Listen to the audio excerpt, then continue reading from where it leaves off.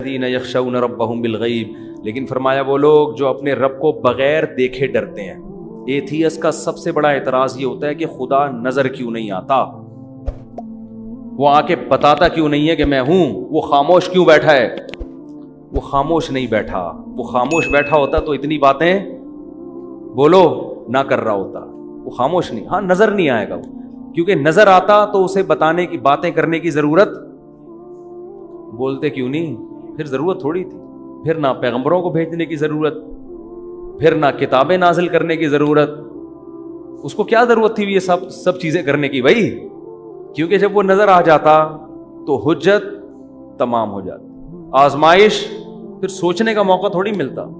نظر نہ آنے کا فائدہ ہے اللہ سوچنے کا موقع دے رہا ہے کہ جب سمجھ میں آ جائے توبہ کر لینا، توبہ قبول کر لوں گا۔ جب اللہ ایسی بڑی نشانی دکھاتا ہے تو پھر سوچنے کا موقع نہیں دیتا۔ دیکھو قوم سمود حضرت صالح علیہ السلام سے کہتی تھی کہ آپ بڑی نشانی دکھاؤ، معجزہ۔ وہ کہتے تھے دیکھو میں اللہ کا پیغمبر ہوں، یہ نشانی ہے، میری دعوت دیکھو، میں اس پہ تم سے کوئی پیسے نہیں مانگ رہا، تو بس اتنا کافی ہے، میری دعوت صحیح ہے، غلط بات نہیں کر رہا میں۔ کہہ رہے نہیں، آپ کو اللہ نے بھیجا ہے، کوئی نشانی دکھاؤ۔ تو انہوں نے کہا دیکھو جب اللہ نشانی دکھائے گا نا تو تمہیں مہلت نہیں دے گا، اور پھر اس نشانی کے آداب بھی بہت ہوں گے۔ انہوں نے کہا نہیں نشانی۔ انہوں نے کہا اچھا کیا نشانی؟ اب دیکھو کیسے عجیب سا مطالبہ کیا بیہودہ، اس پہاڑی سے اونٹنی نکال دو، وہی جو منہ میں آیا بک دیا۔ عجیب سی بات ہے نا کہ پہاڑی سے کیا نکالو؟ اونٹنی۔ یہ ان کا خیال تھا یہ تو ممکن ہی نہیں ہے۔ پیغمبر نے اللہ سے کہا اللہ اس پہاڑی سے کیا نکال دے؟ بیہودہ اعتراض ہے، بیہودہ بات ہے، نکال دے۔ اللہ نے کہا ٹھیک ہے نکال دیتا ہوں میں، لیکن جب یہ اتنی بڑی نشانی دیکھیں گے نا پہاڑی سے اونٹنی بھی، تو پھر اس اونٹنی کے آداب بہت ہوں گے۔ ابھی تک تو آپ دعوت دے رہے ہیں، جو مان رہا ہے ٹھیک ہے، نہیں مان رہا کوئی آسمانی آفت نہیں آ رہی ہے، آخرت کے لیے میں نے چھوڑا ہوا ہے، مہلت دی ہوئی ہے، لمبی عمریں ہیں، سوچو، جس ٹائم بھی خیال آ گیا توبہ کر لوں گا۔ لیکن جب یہ اونٹنی میں نکالوں گا تو پھر اس کے آداب ہوں گے کیا؟ فَذَرُوهَا تَأْكُلْ فِي أَرْضِ اللَّهِ، جس دن یہ پانی پیے گی کسی دوسرے جانور کو پانی پینے کی اجازت نہیں، جب یہ گھاس کھائے گی اس کو چھیڑنے کی اجازت نہیں۔ اب صبر کرو گے، یہ اللہ کی اونٹنی ہے، تم نے خود اپنی آنکھوں سے دیکھی ہے، تو جب اللہ کی اونٹنی ہے تو پھر اس کے جو رہن سہن اور اس کے جو پروٹوکول ہوگا وہ بھی بڑا ہوگا، اس کا وہ چھوٹا موٹا پروٹوکول نہیں ہے۔ اب کیا ہے وہ اونٹنی اتنا پانی پی لیتی تھی، ان کے لیے جانوروں کے لیے پانی نہیں بچتا تھا بھائی۔ انہوں نے کہا یار یہ ایک نئی ٹینشن۔ تو اللہ جب بڑی نشانی دکھاتا ہے نا تو پھر یہ چیزیں بھی ساتھ میں آتی ہیں، بڑی نشانی دکھاتا ہے۔ تو ان لوگوں نے، شرارتی لوگوں نے کیا کہا بھائی اس اونٹنی کو قتل کرو، اس کی وجہ سے ہمارے جانور کا نقصان ہو رہا ہے۔ پیغمبر نے کہہ دیا کہ اس کو کچھ کہا نا تو پھر فوراً عذاب آئے گا، لیکن وہی شرارتی لوگ اکٹھے ہوئے، اونٹنی کو قتل کیا۔ تو اللہ نے پیغمبر کو وحی کی کہ ان کو بتا دیں کہ 3 ایام، 3 دن بس انتظار کرو، کھاؤ پیو موج مستی، 3 دن کے بعد خدا تمہیں نہیں چھوڑے گا۔ اور حضرت صالح علیہ السلام سے کہا جو ایمان لانے والے لوگ ہیں ان کو لے کے نکل جائیں۔ 3 دن کے بعد گہرے بادل آئے، حضرت صالح نے کہا کہ عذاب آ رہا ہے، انہوں نے کہا عذاب نہیں ہے تو بارشیں ہوں گی۔ فرمایا نا بل ہوا مستعجلتم بہ ریح فیہا عذاب علیم، یہ وہ عذاب ہے جس میں جلدی مچا رہے تھے۔ تدمر کل شیء بامر ربھا، قرآن کہتا ہے 7 دن 8 راتیں ایسی ہوا چلی ہے سر جس میں ایک آواز ہوتی ہے نا خطرناک، اور اس ہوا نے ان کو اٹھا کے ایسے، کیونکہ کھجور کے تنوں جیسے تو کمبختوں کے قد تھے، اور کہتے تھے من اشد منا قوہ، ہم سے زیادہ پاورفل کوئی بھی نہیں ہے، سب سے طاقتور ہم ہیں۔ تو اللہ کہتے ہیں ہوا سے مارا۔ علماء اس میں حکمت بیان کرتے ہیں، ہوا نے نا اٹھا کے پٹخایا ان کو۔ علماء کہتے ہیں کسی قوم پہ ایسا ہوا کا عذاب نہیں آیا، پانی سے غرق کیا فرعون کو، کسی قوم پہ پتھر برسے، یہ ہوا کیوں؟ اصل میں ہوا بہت ہلکی چیز ہے، اور ان کے دعوے تھے بہت بھاری ہونے کے۔ تو اللہ نے کہا میں سب سے ہلکی چیز سے تمہیں ماروں گا، میں سب سے ہلکی چیز سے تمہیں پٹخوں گا، میں سب سے ہلکی چیز ہوا ہے۔ تو ہوا 7 دن 8 راتیں چلی ہے اور ایسے اٹھا کے پٹخائے ان کو۔ قرآن کہتا ہے کأنہم اعجاز نخل خاویہ، کھجور کے تنے جیسے فصلیں کٹی ہوئی پڑی ہوتی ہے نا، ایسے 7-8 ایک ہفتے کے بعد ان کی یہ حالت تھی. فہل ترا لہم من باقیہ, اللہ فرماتے بتاؤ ایک بھی ان میں سے تمہیں زندہ نظر آیا کیا؟ ایسا اللہ نے پٹکا ہے. تو جب اللہ, یہ جو ایتھیسٹ کہتے ہیں نا اللہ نظر نہیں آتا, بھائی اگر نظر آ گیا نا تو میں اور آپ شاید بچ جائیں, آپ نہیں بچو گے. اللہ بچائے ہمیں اپنی رحمت سے, پھر نہیں بچو گے. علماء نے ایک بڑی نکتے کی بات کی ہے. بنی اسرائیل نے بچڑے کی عبادت کی تھی. حضرت موسیٰ علیہ السلام واپس گئے, بنی اسرائیل نے توبہ استغفار کیا کہ ہم نے غلطی ہو گئی, تو اللہ نے ان کی توبہ کو ایسے ہی قبول نہیں کیا. کہا ٹھیک ہے اصولی طور پر تو سزا ہونی چاہیے, لیکن جہنم میں جانا, لیکن جنہوں نے عبادت کی وہ قتل کیے جائیں گے ان کے ذریعے, جنہوں نے عبادت نہیں کی, جو نہیں کی وہ کرنے والوں کو قتل کریں گے تو تمہارا گناہ معاف. جبکہ اس امت کے لیے کیا اصول ہے؟ گناہ ہو گیا, چاہے بت پرستی کی, چاہے کچھ بھی ہوا, چپکے سے اللہ سے گڑ گڑا کے توبہ کرو, اللہ کیا کر دے گا؟ معاف. اللہ اس توبہ کے سچے ہونے کے ثبوت بولو نا نہیں مانگتا. بنی اسرائیل سے مانگا جا رہا ہے ثبوت کہ تم سچے دل سے کر رہے ہو, اگر کر رہے ہو تو اپنے آپ کو قتل کرواؤ پھر مانیں گے. جبکہ اس امت مسلمہ میں کیا ہے؟ بس اللہ کے سامنے گڑ گڑا لو, اللہ اس کے ثبوت نہیں مانگتا کہ تم اس توبہ میں کیا ہو سچے. اگر تمہاری نیت, دل کے حال تو اللہ جانتا ہے, دل میں نیت ہے کہ آئندہ نہیں کروں گا بس کافی ہے. کیوں علماء کہتے ہیں کہ اس امت پر جب قرآن نازل ہوا بہت سے لوگوں نے نہ جبریل کو دیکھا نہ اللہ کو دیکھا, مگر وہ پیغمبر کی بات پر انہوں نے یقین کیا. حتیٰ کہ پیغمبر نے یہ کہا نا میں مسجد اقصیٰ سے آسمانوں پہ گیا ہوں, صحابہ نے مان لیا کہ آپ کی زبان سے ہم نے جھوٹ کبھی نہیں. غیب پر یقین, تو اللہ نے کہا تم جب مجھ پہ غیب پہ یقین کرتے ہو تو میں بھی تمہارے ساتھ توبہ میں وہی معاملہ کروں گا جو کیس پر ہوتا ہے؟ غیب پر. تم سے ثبوت بولو بھائی نہیں. بنی اسرائیل کمبختوں نے کیا کیا تھا؟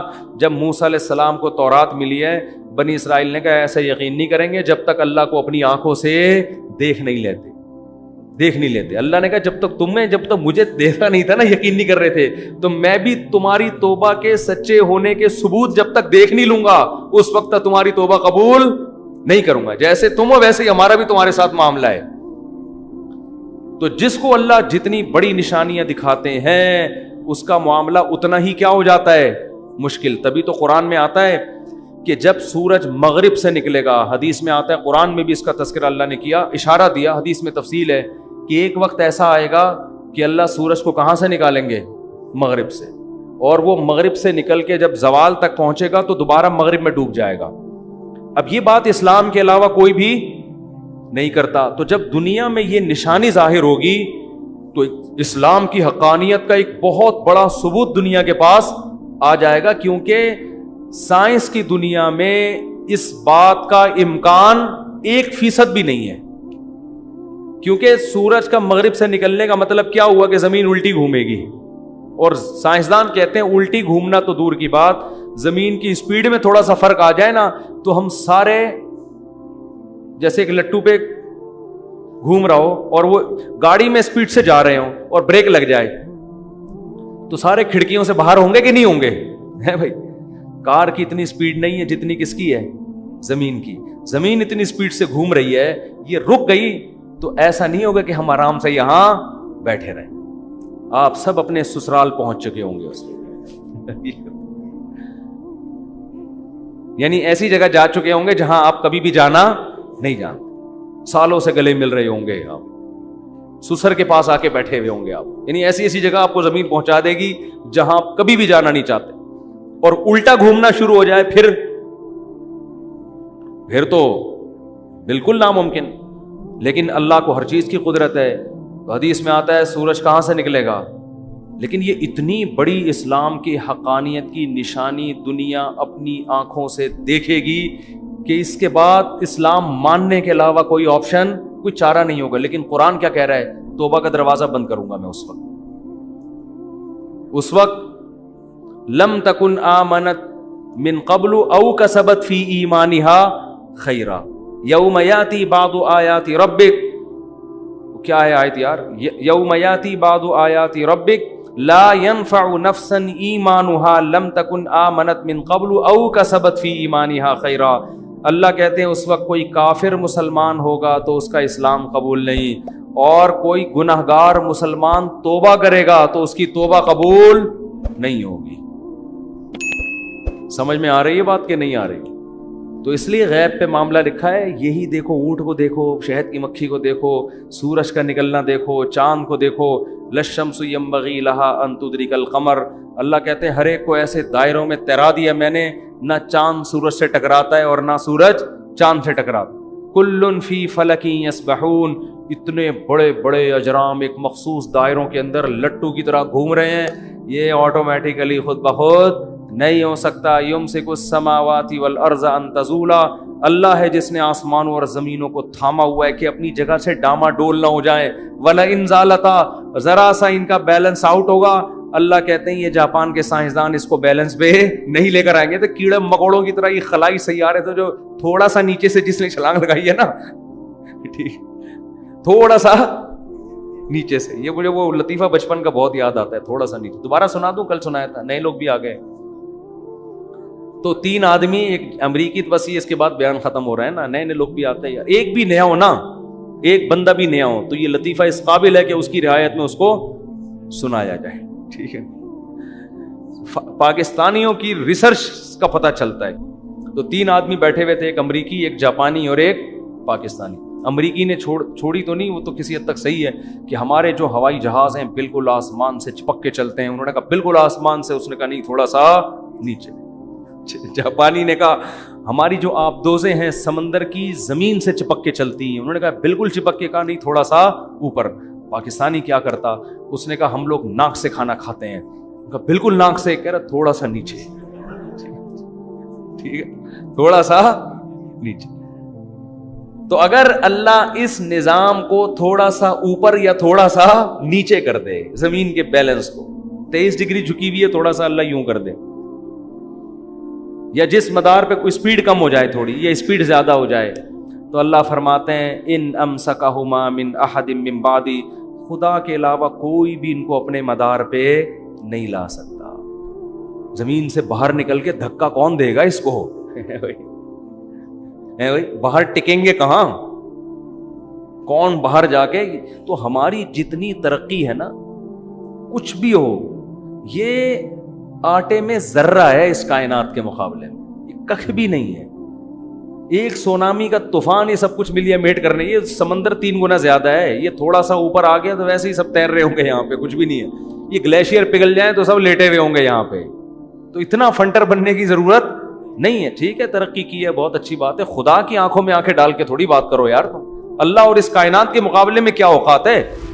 سورج جتنا ایندھن ایک دن میں خارج کر دیتا ہے نا، ہم ہزاروں لاکھوں سال میں بھی ہمارے جہازوں میں اور ہمارے راکٹوں میں اتنا ایندھن خرچ وہ سیکنڈوں میں اڑا دیتا ہے، اتنا ایندھن خرچ کر دیتا ہے وہ، اتنے اللہ کے خزانے ہیں، اور جل رہا ہے کیسا تکے کی طرح، ہمیں پکا رہا ہے سورج جو ہے، جلا ہوا ہے، اور صبح صبح اٹھتا ہے اور ایسے تپاتا ہوا سب کو نکل جاتا ہے، کوئی کمی اس میں نہیں ہو رہی۔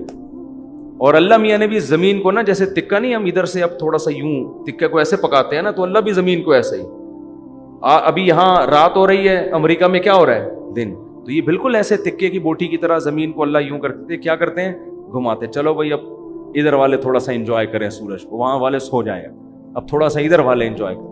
اب ناروے والے پریشان تھے، وہ تو کنارے پر ہیں، تو اللہ نے ان کو کسی اور طرح سے گھما دیا کہ تم نے 6 مہینے دن کے مزے لیے ہیں، اب 6 مہینے اندھیروں کے مزے لو، اور ادھر والے روشنی میں آ جائیں گے 6 مہینے کے لیے جب ادھر اندھیرا ہوگا، اور جب ادھر روشنی ہوگی 6 مہینے کے لیے ادھر کیا ہو جائے گا۔ ہر لحاظ سے زمین کو نا بڑے طریقے سے سورج کے گرد بالکل جیسے تکا پکانے والا، سوراب گوٹ کی بوٹیاں پکانے والا نہیں، ادھر سے، اور مرغیاں جیسے انڈے کو سے رہی ہوتی ہیں ادھر سے، اب تھوڑا سا ادھر سے اور چوزا نکل آتا ہے، تو یہ بھائی خود بخود کوئی بھی سسٹم نہیں ہے۔ ذالک تقدیر العزیز العلیم، قرآن کہتا ہے زبردست غالب بادشاہ ہے جس کو ہر چیز پر قدرت ہے، العلیم جس کے پاس علم بھی ہے کہ کس وقت کس کو کہاں سے تپانا ہے، ٹھیک ہے نا، کدھر سے گرم کرنا ہے، کدھر لائٹ پڑنی چاہیے، کدھر اندھیرا ہونا چاہیے، کدھر گرمی ہونی چاہیے، کدھر سردی ہونی چاہیے، پورا سسٹم ہے یہ۔ تو اس کے بعد بھی کوئی خدا کا انکار کرے گا اور خدا کی مان کے نہیں چلے گا، تو اللہ کو یہ حق بنتا ہے کہ اس پہ غصہ کرے اور اپنے غضب کے اظہار میں اس کو جہنم کی آگ میں ڈال دے۔ اللہ ہم سب کو اس آگ سے